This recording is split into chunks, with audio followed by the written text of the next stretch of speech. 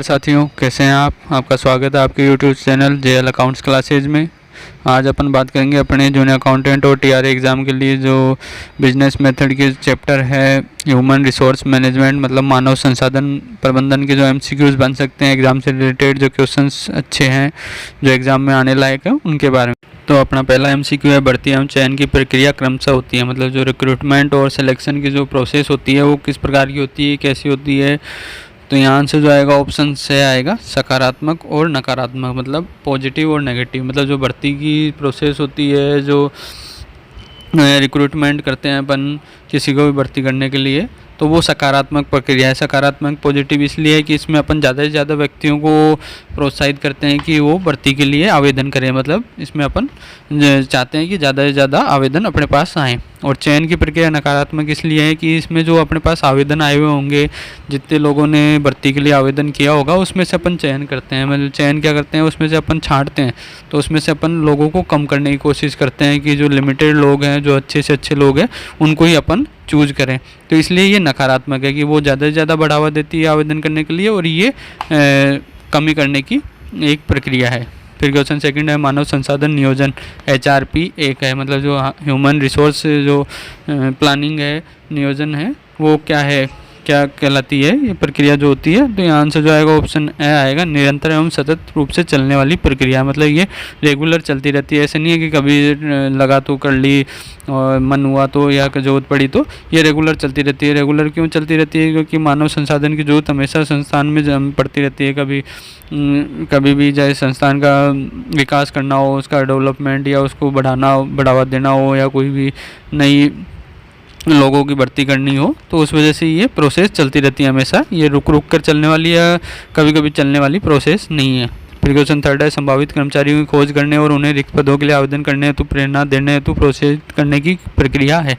मतलब जो अपने को लगता है कि जो कर्मचारी भविष्य में आ सकते हैं अपने पास या आने लायक हैं, तो उनकी खोज करना पहले तो कि कौन कौन से कर्मचारियों की ज़रूरत पड़ेगी अपने को, और उन्हें रिक्त पदों के लिए जो अपने वैकेंट पोस्ट हैं जितनी संस्थान में, उनके लिए अप्लाई करने के लिए उनको प्रोत्साहित करना, उनको प्रमोट करना। ये प्रक्रिया कौन सी कहलाती है, क्या कहलाती है इस प्रोसेस को। तो यहाँ से जो आएगा ऑप्शन द आएगा, भर्ती। रिक्रूटमेंट वाली पोस्ट जो प्रक्रिया होती है, जो अपन ने पहले ही बात करी थी, जिसमें अपन ये लोगों को ज़्यादा से ज़्यादा आवेदन करने के लिए प्रोत्साहित करते हैं। फिर क्वेश्चन फोर्थ है अपने, भर्ती भावी कर्मचारी को खोजने और उन्हें संगठन के रिक्त पदों के लिए आवेदन करने हेतु प्रेरित करने की प्रक्रिया है। यह कथन किस विद्वान का है। मतलब जो रिक्रूटमेंट है वो भविष्य में कर्मचारियों को खोजने और उन्हें संगठन के रिक्त पदों के लिए आवेदन करने के लिए प्रेरित करने की प्रक्रिया है, जो अपन ने पहले पिछले क्वेश्चन में बात करी है। तो ये कथन किसने दिया है, ये स्टेटमेंट किसका है। तो यहाँ आंसर जो आएगा ऑप्शन से आएगा, ए.बी. फिलिपो। मतलब जो ए.बी. फिलिपो हैं उनका ये स्टेटमेंट है, उनके हिसाब से ये डेफिनेशन है भर्ती की। फिर क्वेश्चन फिफ्थ है, कार्य पर रहते हुए दिए जाने वाले प्रशिक्षण की विधि को कहते हैं। मतलब वर्क प्लेस जो होता है, जहाँ कार्य करते हैं, वहीं पर ही अगर उनको प्रशिक्षण देते हैं, ट्रेनिंग देते हैं, तो ये जो मेथड होता है, विधि होती है, इसको क्या कहते हैं, विधि कौन सी कहलाती है। तो यहाँ आंसर जो आएगा ऑप्शन ए आएगा, प्रकोष्ठ प्रशिक्षण विधि। मतलब सेल ट्रेनिंग जो मेथड होता है वो ये कहलाती है कि प्रकोष्ठ में, मतलब जो भी प्रकोष्ठ होएगा, जो कार्य पर ही उनको प्रशिक्षण दिया जाता है कि कार्य करवाते करवाते ही उनको प्रशिक्षण दे देते हैं, सिखा देते हैं कि कैसे कार्य होता है। फिर क्वेश्चन सिक्स्थ है अपने, फिल इन द ब्लैंक्स से आशय मानवीय गुणों के विवरण से है जो किसी कार्य को करने के लिए आवश्यक है।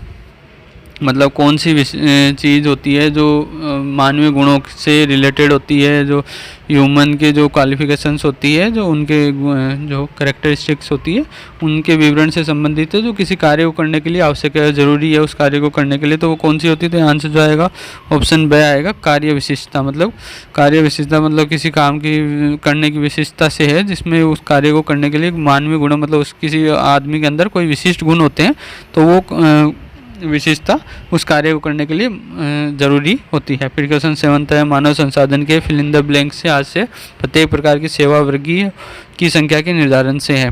मतलब किस प्रकार का निर्धारण करना जरूरी है। जो सेवा वर्गीयों की संख्या, मतलब जितने ज़रूरी होंगे आदमी, उनकी संख्या मतलब नंबर के निर्धारण से है कि अपन को ये निर्धारित करना है कि डिसाइड करना है कि कितने आदमियों की ज़रूरत है। तो ये कौन से मानव संसाधन के निर्धारण से संबंधित है, ये किससे रिलेटेड होता है। तो यहाँ आंसर जो आएगा ऑप्शन ए आएगा, परिमाणात्मक जो निर्धारण होता है, जो क्वांटिटेटिव जो डिसाइड होगा, जो अपन करेंगे, तो वो उससे रिलेटेड होता है। फिर क्वेश्चन 8 है भर्ती के स्रोत हैं, मतलब जो रिक्रूटमेंट होते हैं उसके क्या सोर्सेज हैं, कहाँ कहाँ से भर्तियाँ की जा सकती है, किस हिसाब से अपन भर्ती कर सकते हैं, उसके क्या क्या सोर्स रहते हैं। तो यहाँ से जो आएगा ऑप्शन से आएगा ए एवं ब दोनों, मतलब आंतरिक स्रोत भी हो सकता है और बाह्य स्रोत भी हो सकता है, मतलब इंटरनल सोर्स भी हो सकते हैं और एक्सटर्नल सोर्स भी हो सकते हैं। इंटरनल वो होते हैं जो अपनी संस्था के अंदर से अपन रिक्रूट कर लें किसी को, और बाह्य होते हैं जो संस्था के बाहर से अपन को रिक्रूट करने पड़ते हैं।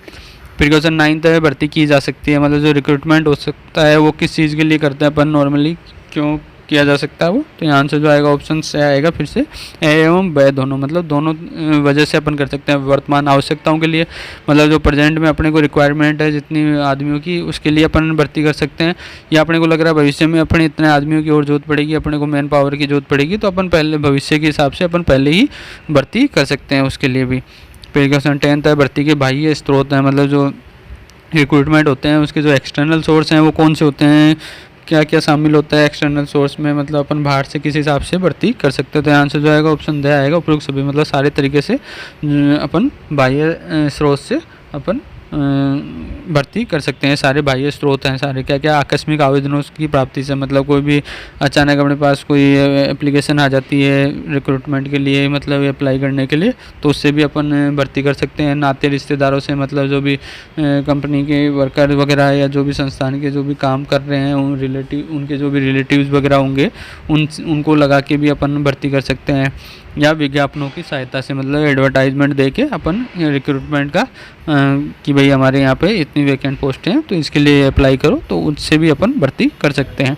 फिर क्वेश्चन 11 चयन प्रक्रिया में शामिल है, मतलब जो सिलेक्शन की प्रोसेस होती है, चयन की प्रक्रिया होती है, उसमें क्या शामिल होता है, क्या इंक्लूड करते हैं अपन। तो यहाँ आंसर जो आएगा ऑप्शन से आएगा साक्षात्कार, मतलब इंटरव्यू जो होता है वो उसकी चयन प्रक्रिया का ही एक भाग माना जाता है कि साक्षात्कार लेकर भी अपन जो अपने आवेदन आए हुए हैं उनमें से चयन कर सकते हैं कि कौन ज़्यादा अच्छा अपनी मैन पावर है उस हिसाब से। फिर क्वेश्चन 12 है मानव संसाधन प्रबंध ह्यूमन रिसोर्स मैनेजमेंट जो है निम्न में से कौन सी भूमिका नहीं निभाता है, मतलब मानव संसाधन प्रबंधन का क्या काम नहीं है, मतलब वो क्या कार्य नहीं करता है, वो उसकी जो कार्य की जो लिमिटेशंस होती है उसमें नहीं आता उसकी। तो यहाँ से जाएगा ऑप्शन द आएगा संस्था की लेखांकन व्यवस्था, मतलब जो अपनी इंस्टीट्यूशन होगा, संस्था जो होगी उसकी लेखांकन व्यवस्था जो होगी, अकाउंटिंग जो सिस्टम होगा, व्यवस्था किस हिसाब से रखनी है, वो उसका काम नहीं है लेखांकन मानव संसाधन प्रबंधन का। जबकि कर्मचारियों की उपलब्धि, मतलब सही तरीके से कर्मचारी जितनी जरूरत है उनकी उपलब्धि सुनिश्चित करना, कर्मचारियों का विकास मतलब उनका डेवलपमेंट करना, उनकी जो गुण हैं, उनकी जो विशेषताएं हैं उनको बढ़ावा देना, उनकी जो कौशल वगैरह है उनको बढ़ावा देना, ये उसका कार्य है। संस्था का प्रभावकारी प्रबंध, मतलब संस्था को प्रभावी तरीके से प्रबंध करना, उसको प्रभावी तरीके से चलाना, ये सारे मानव संसाधन प्रबंध के कार्य हैं। फिर क्वेश्चन 13 है निम्न में से कौन भर्ती के बाह्य स्रोतों में शामिल नहीं है। अभी अपन ऊपर बात करी थी बाह्य स्रोत में कौन कौन शामिल है, अब अपन बात करेंगे कि जो एक्सटर्नल सोर्सेज होते हैं उनमें क्या इंक्लूड नहीं होता, कौन सा एक्सटर्नल सोर्स नहीं है, मतलब एक तरह से वो इंटरनल सोर्स हो गया। तो यहाँ से जो आएगा ऑप्शन ब आएगा स्थानांतरण, मतलब ट्रांसफ़र। जो ट्रांसफ़र होता है वो इंटरनल सोर्स है कि मतलब एक डिपार्टमेंट से उठा के दूसरे डिपार्टमेंट में अपन ने लगा दिया, तो ये एक तरह से भर्ती हो गई कि मतलब लेखा विभाग से उठा के अपन ने जो सेल्स डिपार्टमेंट है उसमें लगा दिया, तो वो स्थानांतरण हो गया। लेकिन है तो वो संस्था का ही आदमी, तो वो इंटरनली अपन ने चेंज किया उसको, वो बाहर से नहीं आया है, तो इसलिए वो बाह्य स्रोत नहीं कहलाता। बाकी रोजगार कार्यालय होते हैं जैसे जो उसमें जाके जो बेरोजगार होते हैं वो रजिस्ट्रेशन करवा देते हैं, जब जैसे ही कोई वैकेंसी उनको पता चलती है रोजगार कार्यालय को, तो वो बेरोजगार को इंटीमेट कर देते हैं और वो उस हिसाब से अप्लाई कर देता है। तो ये एक सोर्सेज हो सकता है कि अपन रोजगार कार्यालय को बता दें कि भाई हमारे को इतने आदमियों की इस हिसाब से ज़रूरत पड़ सकती है या ज़रूरत है, तो वो फिर उस अकॉर्डिंग अपने को बेरोज़गारों के जो भी उनके पास डाटा होगा, रिज्यूमे वगैरह होगा, उस अकॉर्डिंग वो अपने को बता देते हैं, तो अपने को आदमी उस हिसाब से मिल सकते हैं। या डाक द्वारा प्रार्थना पत्र मांगना, मतलब अपने को जो लग रहा है कोई अच्छे जिनके बारे में अपन को ध्यान है कि भाई हाँ ये अच्छे व्यक्ति हैं, ये कुशल कार्मिक हो सकते हैं, तो अपन उनको पोस्ट बाय पोस्ट अपन उनसे एप्लीकेशन मंगवा सकते हैं। या सीधी भर्ती, मतलब डायरेक्ट पोस्टिंग करवा लें अपन की अपने रिक्रूटमेंट के लिए डायरेक्ट ही बाहर से कोई अपन ने रिक्रूट कर लिया हो। तो ये सारे बाह्य स्रोत हैं। फिर क्वेश्चन 14 है चयन प्रक्रिया की प्रथम अवस्था है, मतलब जो सिलेक्शन जो अपन करते हैं, चयन जो करेंगे, तो ये इसकी प्रोसेस की जो फर्स्ट स्टेज होगी, प्रथम अवस्था होगी, वो क्या कहलाती है, कौन सी होती है वो। तो यहाँ आंसर जो आएगा ऑप्शन ब आएगा, आवेदन पत्र प्राप्त करना, मतलब एप्लीकेशन प्राप्त करना। मतलब सबसे पहले अपन क्या करेंगे, अपन एप्लीकेशन प्राप्त करेंगे, मतलब भर्ती की जो प्रोसेस होगी, भर्ती के बाद ही चयन प्रक्रिया होती है। तो सबसे पहले भर्ती के लिए अपन क्या मंगवाएंगे, सबसे आवेदन पत्र मंगवाएंगे। जो जो इच्छुक व्यक्ति होंगे, जो भी इसमें इंटरेस्टेड जो पर्सन होंगे जो भर्ती के लिए, वो अपना आवेदन पत्र एप्लीकेशन फॉर्म भेजेंगे। तो ये प्रथम अवस्था है अपनी। फिर क्वेश्चन 15 है कर्मचारियों की संख्या का अनुमान लगाना निम्न में से किसका कार्य है। मतलब अपने को संस्थान में कितने कर्मचारियों की आवश्यकता पड़ेगी, इसका अनुमान लगाना पहले से ही अपन को पता करना है कि कितने की ज़रूरत है। तो ये किसका कार्य है, कौन इसको देखता है। तो यहाँ से जो आएगा ऑप्शन से आएगा मानव संसाधन नियोजन, जो ह्यूमन रिसोर्स प्लानिंग है, नियोजन है, उसका ये कार्य होता है कि वो आदमियों का जो होगी कर्मचारियों की संख्या है उनका पता लगाए और उसको कि कितने कर्मचारियों को अपने को संस्थान को ज़रूरत है अभी और भविष्य में। फिर क्वेश्चन 16 है सही स्थान पर सही समय पर सही व्यक्ति की नियुक्ति करने का कार्य, मतलब जो राइट प्लेस, राइट टाइम और राइट पर्सन की जो नियुक्ति होगी, अपॉइंटमेंट होगी, जो करना है, ये कार्य जो करेंगे, तो ये क्या कहलाता है। इस कार्य को जो प्रोसेस होएगी कि सही स्थान पर सही समय पर और सही व्यक्ति लगे, तो ये कौन सी प्रोसेस के अंतर्गत आता है, इसको क्या कहेंगे। तो यहाँ आंसर जो आएगा ऑप्शन ब आएगा, चयन। मतलब जो सिलेक्शन की प्रोसेस कहते हैं, इसको चयन करना कहते हैं कि सही जगह पर सही व्यक्ति सही समय पर लगे। फिर क्वेश्चन 17 था अपने निम्न में से कौन सा मानव संसाधन नियोजन का घटक नहीं है। मतलब जो ह्यूमन रिसोर्स प्लानिंग है उसका क्या घटक नहीं है, कौन सा उसका एक पार्ट नहीं है, मतलब उसका काम नहीं है वो, तो कौन सा नहीं है। तो यहाँ से जो आएगा ऑप्शन द आएगा, सहायक क्रियाओं का निर्माण। मतलब जो एडिशनल जो प्रोसेसेस होगी उनका निर्माण करना, क्रिएट करना है, उनका कार्य नहीं है। बाकी भावी आवश्यकताओं का अनुमान लगाना कि भाई कितने मानव संसाधन की जरूरत पड़ेगी भविष्य में, उनका पता करना, विद्यमान संसाधनों की गणना एवं विश्लेषण, मतलब अपने पास कितने रिसोर्सेज अभी अवेलेबल हैं उनकी काउंटिंग करना, कैलकुलेट करना, उनको एनालिसिस करना, और आंतरिक क्रियाओं का विश्लेषण, मतलब अपने पास इंटरनल कितनी प्रोसेसेज चल रही है उनका विश्लेषण करना, उसी के अकॉर्डिंग अपने को पता चलेगा भविष्य में कितनी मानव संसाधन की जरूरत है। ये सारे कार्य उसके हैं। फिर क्वेश्चन 18 है संगठन में पदों हेतु आवेदन करने के लिए आमंत्रित करने की प्रक्रिया है। मतलब किसी भी संगठन में, किसी भी इंस्टीट्यूशन में जो उसके पोस्ट हैं, वैकेंट पोस्ट है, उनके लिए आवेदन आमंत्रित करने को प्रक्रिया को क्या कहते हैं। मतलब एप्लीकेशन अपन इनवाइट करते हैं तो वो प्रोसेस क्या कहलाती है। तो यहाँ आंसर जो आएगा ऑप्शन ब आएगा, भर्ती। अपन ने पहले बात करती है जो रिक्रूटमेंट की जो प्रोसेस होती है, भर्ती की जो प्रक्रिया होती है, उसमें अपन ये कहते हैं जो अपनी संस्थान में जितने पद खाली पड़े हैं, रिक्त पद हैं, उनके लिए आवेदन करवाते हैं अपन, जो भी इच्छुक व्यक्ति हैं उनसे। फिर क्वेश्चन 19 है प्रशिक्षण का उपयोग नहीं किया जाता है। मतलब जो ट्रेनिंग होती है उसका यूज किस चीज़ में नहीं आता है, क्यों, वो किस काम में वो काम नहीं आएगी ट्रेनिंग। तो यहाँ से जो आएगा ऑप्शन से आएगा कर्मचारी आवर्ती में वृद्धि। मतलब जो एम्प्लॉई होंगे उनकी फ्रीक्वेंसी में इंक्रीज नहीं करता, मतलब उनकी वृद्धि आवर्ती में वो वृद्धि नहीं करता है, प्रशिक्षण का ये कार्य नहीं होता। बाकी अभिप्रेरण में वृद्धि करता है कि उनको इंस्पिरेशन मिलती है कार्य करने की, और कार्य कुशलता में वृद्धि होती है, उनकी जो एफिशिएंसी है वो बढ़ती है, ये उसके कार्य हैं। फिर क्वेश्चन 20 है किसी संस्थान में मानव संसाधन की आवश्यकता के पूर्वानुमान का आधार है। मतलब किसी भी इंस्टीट्यूशन में जो ह्यूमन रिसोर्सेज होंगे, मानव संसाधन होंगे, उनकी जो रिक्वायरमेंट है, उनकी आवश्यकता है, तो उनका पूर्वानुमान किस हिसाब से लगाएंगे, उनकी पहले से अपन प्लानिंग कैसे करेंगे, कितनी ज़रूरत पड़ सकती है, मानव संसाधन की आवश्यकता कितनी रहेगी भविष्य में, तो इसका क्या आधार रहेगा, क्या बेसिस रहेगा। तो यहाँ आंसर जो आएगा ऑप्शन द आएगा, उपरोक्त सभी, मतलब सभी आधार हैं के हिसाब से अपन पता कर सकते हैं भविष्य में कितनी मानव संसाधन की आवश्यकता होगी। कि भावी विस्तार योजना, मतलब अपनी इंस्टीट्यूशन की प्लानिंग क्या है, भविष्य में कितनी विस्तार करेंगे अपन, कितना अपन एक्सपेंड करेंगे अपने इंस्टीट्यूशन को, तो उसकी क्या प्लानिंग है। तकनीकी परिवर्तन कितना टेक्निक में लगता है कि चेंजेस आ सकते हैं, जिसकी वजह से पुराने व्यक्तियों को इतनी टेक्निक का पता नहीं रहेगा, तो नए आदमियों की जिनको टेक्निक का नॉलेज हो उनकी भर्ती करनी पड़ेगी। या संस्थान की लक्ष्य एवं नीतियाँ, मतलब उसके क्या ऑब्जेक्ट्स हैं, क्या प्लानिंग है, क्या उसकी पॉलिसीज़ है, क्या उसने लक्ष्य निर्धारित करेंगे, टारगेट क्या है उसके, उस अकॉर्डिंग कितने आदमियों की जरूरत पड़ेगी। तो ये सारी चीज़ें मानव संसाधन की आवश्यकता का पूर्वानुमान का आधार है। फिर क्वेश्चन 21 है मानव संसाधन नियोजन का उद्देश्य है। मतलब जो ह्यूमन रिसोर्स प्लानिंग है, नियोजन है, इसका क्या उद्देश्य होता है, क्यों किया जाता है ये मानव संसाधन नियोजन, तो यहाँ से जो आएगा ऑप्शन द आएगा। उपरोक्त सभी मतलब सभी कारणों से होता है। क्या क्या? कर्मचारी को व्यवस्थित आपूर्ति सुनिश्चित करना, मतलब जितनी कर्मचारियों की अपनी को आवश्यकता हो उतनी सिस्टमेटिक उनकी सप्लाई सुनिश्चित करना। ऐसे नहीं है कि 10 की ज़रूरत है 15 मंगवा लिए, या 10 की ज़रूरत है 8 ही है अपने पास कर्मचारी। तो ये जितनी व्यवस्थित तरीके से उनकी आपूर्ति है वो है। भावी आवश्यकता का पूर्वानुमान, ये अपन ने पहले बात करी कि भविष्य में अपने को कितनी मानव संसाधन की जरूरत पड़ सकती है, उसका पहले पूर्वानुमान कर लेते हैं, फोरकास्टिंग कर लेते हैं, पहले से ही आइडिया लगा लेते हैं। पूर्वानुमानों के अनुसार कार्य करना, मतलब जो अब सिर्फ यही नहीं है कि पूर्वानुमान लगा लिया, अब पूर्वानुमान जो लगाया अपन ने, फोरकास्टिंग जो की है उसके अनुसार कार्य भी करना, उस अनुसार अपने को कर्मचारियों की भर्ती वगैरह और चयन प्रक्रिया भी करनी है। फिर क्वेश्चन 22 है कि एक व्यावसायिक संगठन में एक समय में 20 कर्मचारी 2 सप्ताह तक बिना कार्य के रहे क्योंकि कर्मचारियों की संख्या आवश्यकता से अधिक थी। यह संगठन के किस क्षेत्र में कमी को प्रकट करता है?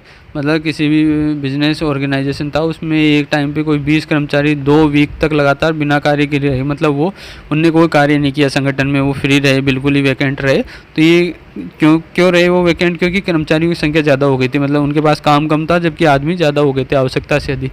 तो ये जो ऑर्गेनाइजेशन अपना संगठन है, इसके कौन से सेक्टर की कमी को प्रकट करता है? तो यहाँ आंसर जो आएगा ऑप्शन ए आएगा, मानव संसाधन नियोजन। मतलब ह्यूमन रिसोर्स प्लानिंग जो है अपन ने पहले ही बात कही थी कि इसका मुख्य कार्य यही होता है कि जितनी आवश्यकता है उसकी व्यवस्थित आपूर्ति सुनिश्चित करना।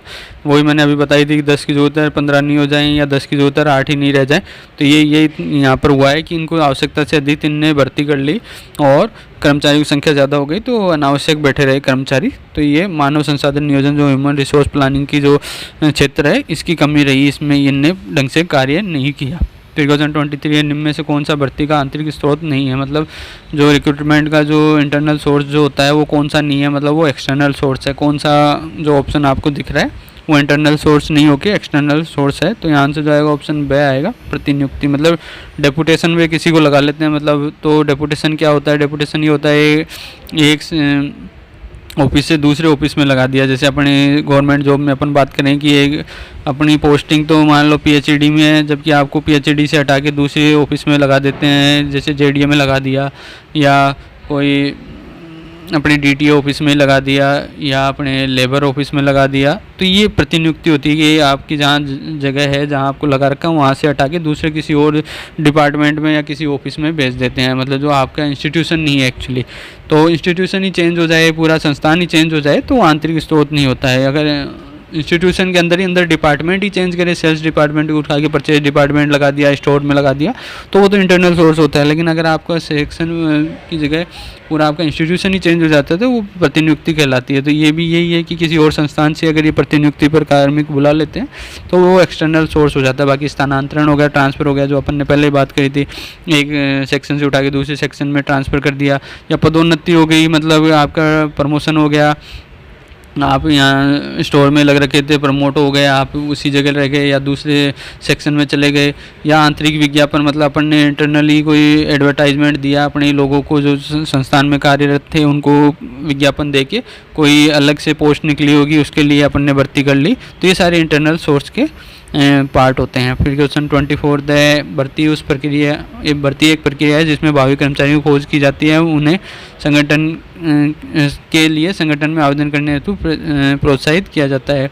जो भर्ती होती है, जो अपनी रिक्रूटमेंट होती है, वो ऐसी प्रोसेस है जिसमें जो भविष्य में अपने कर्मचारी को खोज की जाती है, भविष्य में जो जरूरत पड़ सकती है कर्मचारियों की, और उन्हें किस चीज़ के लिए संगठन में आवेदन करने हेतु प्रोत्साहित किया जाता है, किस चीज़ के लिए अप्लाई करने के लिए उनको प्रमोट किया जाता है। तो यहाँ से जो आएगा ऑप्शन ए आएगा, करते हैं, मतलब कार्य करने के लिए उनको संगठन में आवेदन करने हेतु प्रोत्साहित किया जाता है। फिर क्वेश्चन 25 है, डोनाल्ड किर्कपैट्रिक जाने जाते थे प्रशिक्षण के सृजन के लिए, मतलब कौन से जो अपनी ट्रेनिंग होती है उसके किस चीज़ की क्रिएट करने के लिए जो डोनाल्ड किर्कपैट्रिक हैं वो जाने जाते थे, उनने क्या दिया है, उनकी वजह से क्या सर्जित हुआ है, क्या उनने सृजन किया है। तो यहाँ से जो आएगा ऑप्शन बी आएगा, मापदंड। मतलब जो प्रशिक्षण के मापदंड होते हैं, जो मेजरमेंट्स होते हैं, उनको इनने निर्धारित किया है, सृजित किया है, उनने बताया कि क्या क्या मापदंड होने चाहिए प्रशिक्षण के लिए, अच्छे प्रशिक्षण के लिए। फिर क्वेश्चन 26 है, इनमें से कौन मानव संसाधन नियोजन की पूर्व आवश्यकता है?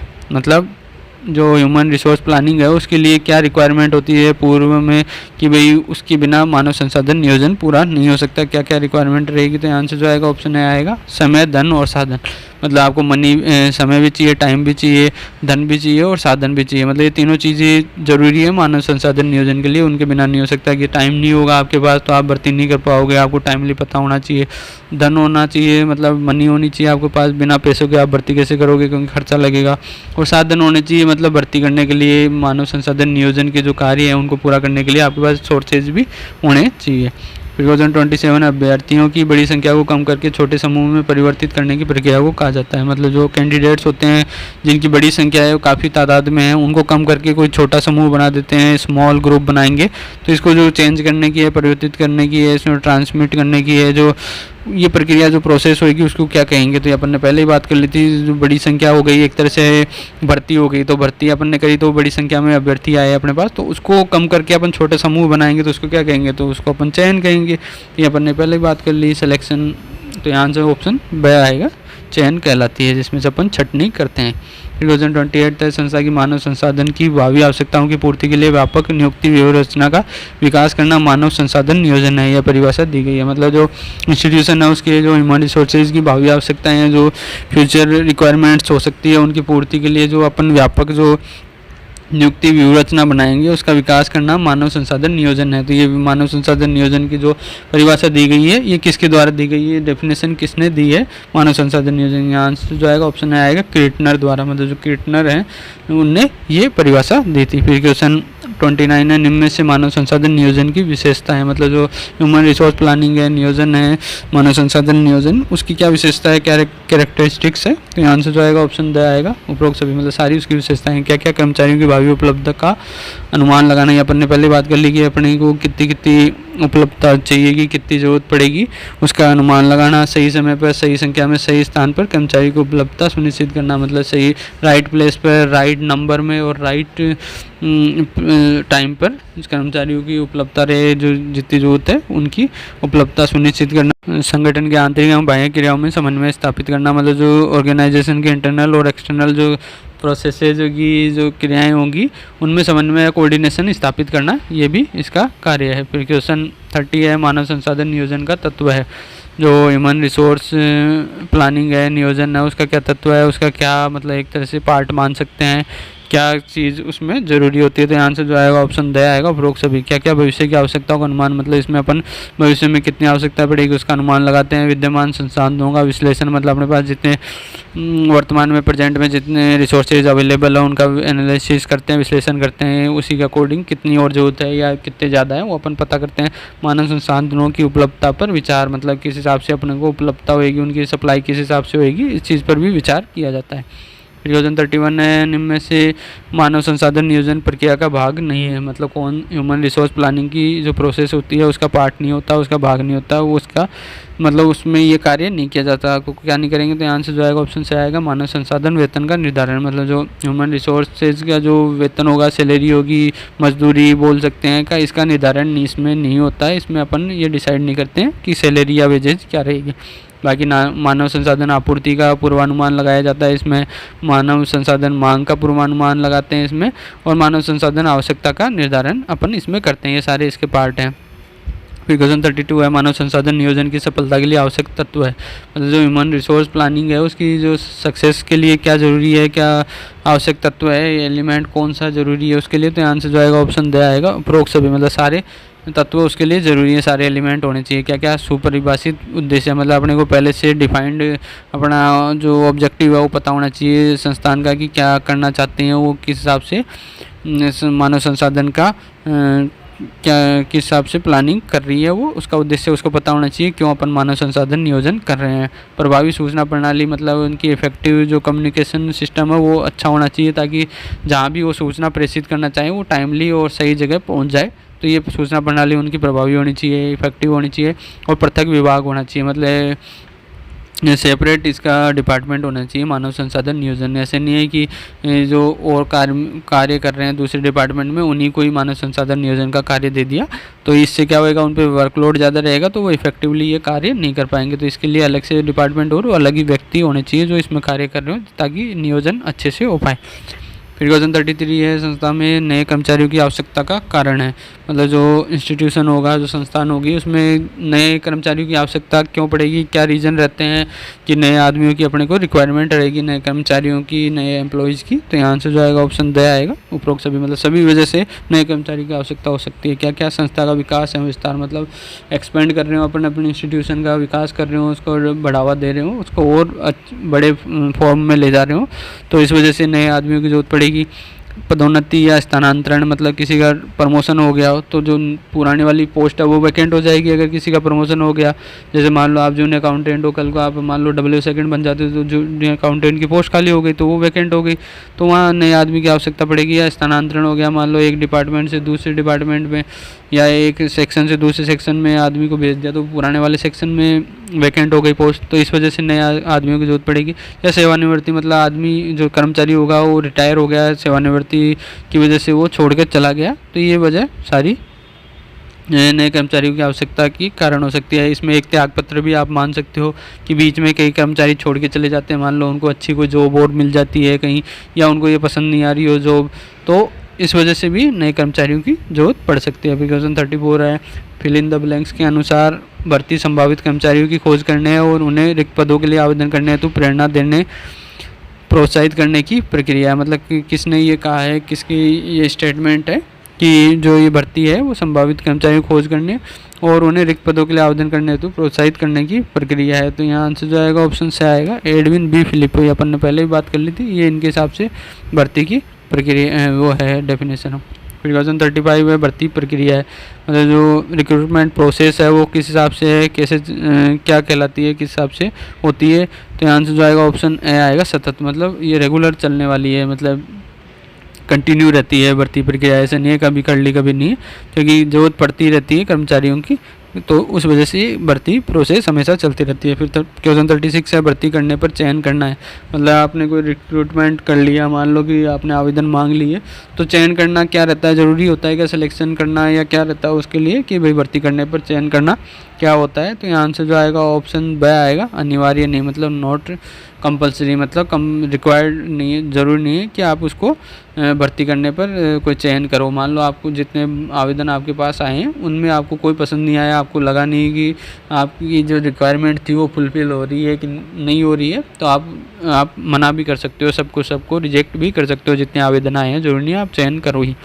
फिर क्वेश्चन 37 है, भर्ती के कार्य निम्न विभाग करता है। मतलब जो रिक्रूटमेंट का कार्य होगा वो कौन सा डिपार्टमेंट करता है। तो यहाँ आंसर जो आएगा ऑप्शन से आएगा सेवा वर्गीय जो विभाग होगा वो ये कार्य करता है। फिर क्वेश्चन 38 है, भर्ती के बाह्य स्रोत में शामिल नहीं है। मतलब जो रिक्रूटमेंट के जो एक्सटर्नल सोर्स होंगे उसमें क्या इंक्लूड नहीं होता है, क्या शामिल नहीं होएगा। मतलब बाकी तो सारे एक्सटर्नल सोर्स हैं, बस एक इंटरनल सोर्स है जो आपको दिख रहा है, वो कौन सा इंटरनल सोर्स है। तो यहाँ से जो आएगा ऑप्शन बी आएगा प्रशिक्षणार्थी। मतलब जो अप्रेंटिस होते हैं, जो प्रशिक्षण ले रहे होते हैं संस्थान में, वो इंटरनल सोर्स होते हैं कि उनको प्रशिक्षण देते देते ही अगर संस्था में लगा लेते हैं अपन, उनका चयन कर लेते हैं, तो वो इंटरनल सोर्स यानी आंतरिक स्रोत कहलाएंगे। बाकी विज्ञापन जो है गया, एडवर्टाइजमेंट जो अपन ने बाहर दिया है, उसके आधार पर अगर अपन भर्ती करते हैं तो वो बाह्य स्रोत में आते हैं। या शैक्षणिक संस्थाएं जो होती है, जो इंस्टीट्यूशन होते हैं, जैसे कॉलेज वगैरह हो गए जिसमें जात के कंपनियां डायरेक्ट ही रिक्रूट कर लेती है, जैसे वो आता है ना ऑन साइट प्लेसमेंट जिसको अपन कहते हैं, कि वहाँ कॉलेज में जाके डायरेक्ट उनको सेलेक्ट कर लेती है, अपॉइंट कर लेती है, तो वो बाह्य स्रोत में शामिल होते हैं। फिर क्वेश्चन 39 है, फिल इन द ब्लैंक्स एक प्रक्रिया है जिसके अंतर्गत विभिन्न फिल इन द ब्लैंक्स किए गए प्रार्थियों में से योग्य एवं उपयोगी व्यक्तियों को चुना जाता है। मतलब कौन सी प्रोसेस है जिसमें विभिन्न जो व्यक्ति होंगे, प्रार्थी होंगे, उनमें से योग्य एवं उपयोगी व्यक्तियों को चुना जाता है। तो यहाँ आंसर जो आएगा ऑप्शन से आएगा चयन और भर्ती। मतलब चयन एक प्रक्रिया है जिसके अंतर्गत विभिन्न भर्ती किए गए प्रार्थियों में से योग्य एवं उपयोगी व्यक्तियों को चुना जाता है। तो अपन ने पहले ही बात कर ली, जो सिलेक्शन प्रोसेस होगी उसमें अपन क्या करते हैं, जो रिक्रूटेड जितने प्रार्थी होंगे, अपने कैंडिडेट्स होंगे, उनमें से जो अपने को क्वालिफाइड और जो यूज़फुल लगेंगे उन्हीं व्यक्तियों को अपन चूज करते हैं, चुना जाता है उनको। फिर क्वेश्चन 40 मानव संसाधन नियोजन प्रक्रिया का प्रथम चरण है। जो ह्यूमन रिसोर्स प्लानिंग होगी, प्रोसेस होगी इसकी, उसका फर्स्ट स्टेज क्या होगी, प्रथम चरण क्या होगी, पहला कार्य क्या रहता है उसका। तो आंसर जो आएगा ऑप्शन ए आएगा संस्था के उद्देश्यों का विश्लेषण। मतलब जो इंस्टीट्यूशन के जो उद्देश्य होंगे उसके क्या ऑब्जेक्टिव है उनका एनालिसिस करना, उनके उद्देश्यों का विश्लेषण करना है कि अपने को कितनी क्या ज़रूरत रहेगी, उसके बाद ही फिर आगे इसका कार्य शुरू होता है। फिर क्वेश्चन 41 है चयन की विशेषता है, जो सिलेक्शन होता है उसकी क्या कैरेक्टरिस्टिक्स है, क्या विशेषताएं होती है। तो आंसर जो आएगा ऑप्शन द आएगा, ए और ब दोनों, मतलब दोनों उसकी विशेषताएं हैं क्या क्या। ये भर्ती बाद की प्रक्रिया है, मतलब ये रिक्रूटमेंट के बाद की प्रोसेस है। मतलब अपने को पता है जब पहले भर्ती होएगी उसके बाद ही चयन होएगा, मतलब जितने आवेदन अपने को प्राप्त होंगे उनमें से अपन चयन करते हैं। तो पहला प्रोसेस भर्ती का रहता है अपने, फिर उसके बाद चयन की प्रक्रिया स्टार्ट होती है। फिर दूसरा है कि ये नकारात्मक होता है, अपन ने पहले बात कर ली कि ये नेगेटिव होता है। नेगेटिव इसलिए होता है क्योंकि इसमें अपन लिमिटेड करते हैं, मतलब इसमें से अपन छटनी करते हैं, चूज़ करते हैं कि आदमी कम करने की कोशिश करते हैं, जो अपने को काम के आदमी होंगे वही छांटते हैं अपन, बाकी को अपन रिजेक्ट कर देते हैं। फिर क्वेश्चन 42 है सही क्रम में व्यवस्थित है, मतलब जो सिस्टमेटिक आपको अरेंजमेंट बैठाना है कि कौन सा सही सिस्टमेटिक अपने अरेंजमेंट है, व्यवस्थित है, कौन सा क्रम है, सीक्वेंस क्या है। तो आंसर जो आएगा ऑप्शन से आएगा भर्ती चयन प्रशिक्षण। मतलब सबसे पहले अपन क्या करते हैं, रिक्रूटमेंट करते हैं, भर्ती करते हैं, आवेदन मंगवाते हैं, उसके बाद अपन उनमें से चूज़ करते हैं, चयन करते हैं, जो कैंडिडेट अपने को सही लगते हैं उनको चयन करते हैं, और उसके बाद अपन उनको क्या करते हैं, प्रशिक्षण देते हैं, अपन ट्रेनिंग देते हैं। तो ये एक क्रम है जो व्यवस्थित है, जो कार्य जिस हिसाब से होता है। फिर क्वेश्चन 43 है फिल इन द ब्लैंक्स, एक संगठित प्रक्रिया है जिसके द्वारा लोग निश्चित उद्देश्य हेतु ज्ञान एवं चातुर्य सीखते हैं। मतलब कौन की ऑर्गेनाइजेशनल जो प्रोसेस है वो कौन सी है जिसके द्वारा लोग जो होंगे अपने जो वो निश्चित किसी जो स्पेसिफिक किसी ऑब्जेक्टिव के लिए ज्ञान एवं चातुर्य सीखते हैं। मतलब तो वो कौन सी प्रोसेस वो कहलाती है जिसमें उनको ज्ञान भी मिलता है और चातुर्य भी मिलता है उनको। तो यहाँ आंसर जो आएगा ऑप्शन ए आएगा प्रशिक्षण। मतलब ट्रेनिंग जो होती है वो एक संगठित प्रक्रिया है, जो ऑर्गेनाइजेशनल प्रोसेस है, जिसमें अपन निश्चित उद्देश्य के लिए कि भाई किसी को क्या कार्य सिखाना है अपने को पहले पता होता है क्या उद्देश्य है, उसके लिए अपन ट्रेनिंग देते हैं, तो उसमें उनके ज्ञान और चातुर्य में वृद्धि होती है। फिर क्वेश्चन 44 है निम्न में से अनुबंधात्मक होता है, मतलब कॉन्ट्रेक्चुअल क्या चीज़ होती है, जो आपको ऑप्शन दिख रहे हैं इनमें से क्या होता है कि जिसमें अनुबंध लगता है। तो यहाँ आंसर जो आएगा ऑप्शन ब आएगा चयन। मतलब सिलेक्शन जो होगा उसमें अनुबंधात्मक होता है। वो क्यों होता है, क्योंकि जैसे ही आप चयन करोगे तो आप अनुबंध करोगे उसके साथ कि भाई हाँ भाई इतने इस हिसाब से आपकी सैलरी रहेगी, इतना काम करोगे, आपको ये करना है, जो भी है आपकी उसमें अनुबंध हो जाता है और उसमें शर्तें लागू हो जाती है। फिर क्वेश्चन 45 है मानव संसाधन प्रबंध के लक्षण है, जो ह्यूमन रिसोर्स मैनेजमेंट होता है उसके क्या लक्षण है, क्या कैरेक्टरिस्टिक्स है उसकी। तो यहाँ आंसर जो आएगा ऑप्शन से द आएगा, ए और ब दोनों। मतलब यह कला भी होती है और विज्ञान भी होता है, मतलब आर्ट एंड साइंस दोनों होता है ह्यूमन रिसोर्स मैनेजमेंट। फिर क्वेश्चन 46 है चयन प्रक्रिया में किसका चयन किया जाता है, मतलब जो चयन प्रक्रिया होगी, जो सिलेक्शन प्रोसेस होएगा उसमें अपन किसको चूज़ करेंगे, किस हिसाब से चयन करेंगे, किन का चयन करते हैं। तो आंसर जो आएगा ऑप्शन ए आएगा कुशल व्यक्ति को। मतलब जो अपने को क्वालिफाइड पर्सन लगेंगे, जो कुशल लगेंगे, स्किल्ड पर्सन जो होंगे, जिनके कुशल होंगे, जिनकी अपने को लगे कि यहाँ वाकई में अपने लायक है संगठन के काम करने के, तो उन्हीं को ही चूज किया जाता है। फिर क्वेश्चन 47 है प्रशिक्षण का आशय है किसी विशिष्ट कार्य हेतु, मतलब जो ट्रेनिंग होती है उसके क्या मतलब होता है, क्या आशय होता है कि किसी विशिष्ट कार्य के लिए क्या होता है उसमें। तो आंसर जो आएगा ऑप्शन द आएगा उपयुक्त सभी, मतलब सारी चीज़ें हैं उसमें। किसी विशिष्ट कार्य मतलब पर्टिकुलर किसी काम के लिए ज्ञान में अभिवृद्धि करना, मतलब उनके ज्ञान नॉलेज में वृद्धि करना, उनको बढ़ावा देना, चातुर्य में उनकी जो अभिवृद्धि की जाती है या योग्यता में, मतलब उनके क्वालिफिकेशन में किसी कार्य के लिए वृद्धि की जाती है, पर्टिकुलर किसी कार्य के लिए प्रशिक्षण दिया जाता है।